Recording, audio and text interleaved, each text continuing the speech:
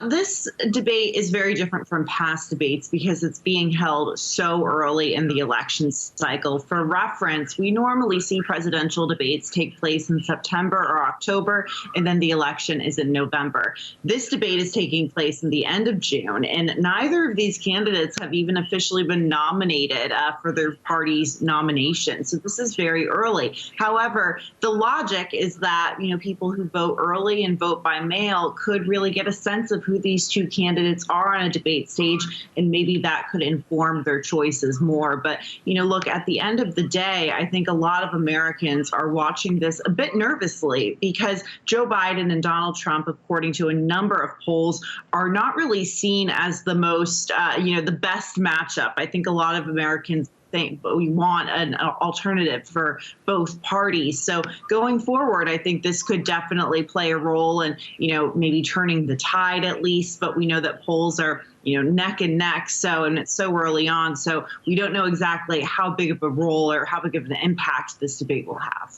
We do know, however, that this debate will have strict rules in place, largely due to the chaotic scenes we saw in their very first debate in 2020. What's being done to prevent a repeat of that? So CNN is implementing a number of rules. So example, mics can be muted. They only get a certain amount of time to respond. So you're going to have the moderators and the producers behind the scenes, have a bit more control over what's being said and what's miking. Now, if one of the candidates chooses to interrupt the other, they easily could, and that could easily, side rail the debate. We just wouldn't really hear it as clearly as people in the room. But another thing that's different is that this debate is taking place inside of a television studio versus a live audience. We know that these debates typically take place in front of a live audience. This won't be the case. I'm curious to see how former President Trump reacts or responds in that sort of situation. He's someone who very much likes to feed off of the energy in the room. And we know that President Biden has actually done this before in a studio. In fact, in March of 2020, the beginning of the coronavirus pandemic during the Democratic primary, he and Bernie Sanders did a televised debate inside CNN studios in Washington. So it's been done before, however, not on this scale.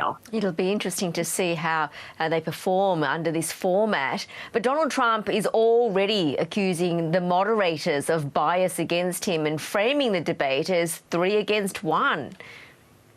Yeah, this is an interesting dynamic that truthfully goes back all the way to 2015 when former President Trump launched his campaign, his first presidential campaign. There has been this long feud between Trump and CNN. And we know that, there have been CNN anchors that have been critical of the former president. And he is very much trying to set expectations by saying this is going to be a 3-on-1 debate. Now, CNN has very much pushed back against that, noting, correctly that they have hosted a number of Republican presidential primary debates in the past. So I think this is sort of indicative of the long feud that Trump has had with CNN throughout his political career.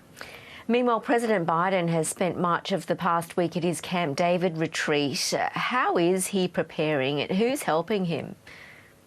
So President Biden has a number of close number of people on his political team helping him prep. He's been out of the public spotlight this week. At the same time, his campaign and the Democratic National Committee are still holding a number of events really across the country, zeroing in on Trump and criticizing Trump and really trying to galvanize their own base. But for Biden, the stakes are high, when it comes to this issue of mental acuity and agility. We know that Biden's critics have criticized him about his age and, whether he's able to be quick on his feet as someone who is 81 years old. Earlier this month, there was a lot of talk about cheap fakes, a term that the Biden campaign talked about in terms of cutting a video of Biden at these public events, at the G7, at a Juneteenth event at the White House, for example, at a fundraiser with President Obama, where he seemed a bit out of it. They want to look to combat that narrative, and they really have before. If you look back to the State of the Union earlier this year, President Biden received very high marks for his performance. So they're hoping that he can really rise to the occasion tonight. On to the content of the debate. Which meaty topics do you think they'll really get stuck into? What will voters be listening out for? Well, I think there's a number of topics that will be discussed. It's going to, be over an hour and a half. It's supposed to be that long, so a lot will be discussed. I don't believe there's going to be any commercial breaks, and if not, there's going to be a few. But inflation, for example, the economy. This is an issue that President Biden has struggled to message on. So, you've seen job numbers grow in the United States, and the stock market really rally. At the same time, Americans are still struggling with inflation and the high prices of goods and services. So we'll probably see President Trump try to hit Biden over that. I'm curious to see how Biden messages on that issue. Now, conversely, for former President Trump, the topic of abortion is probably going to be brought up.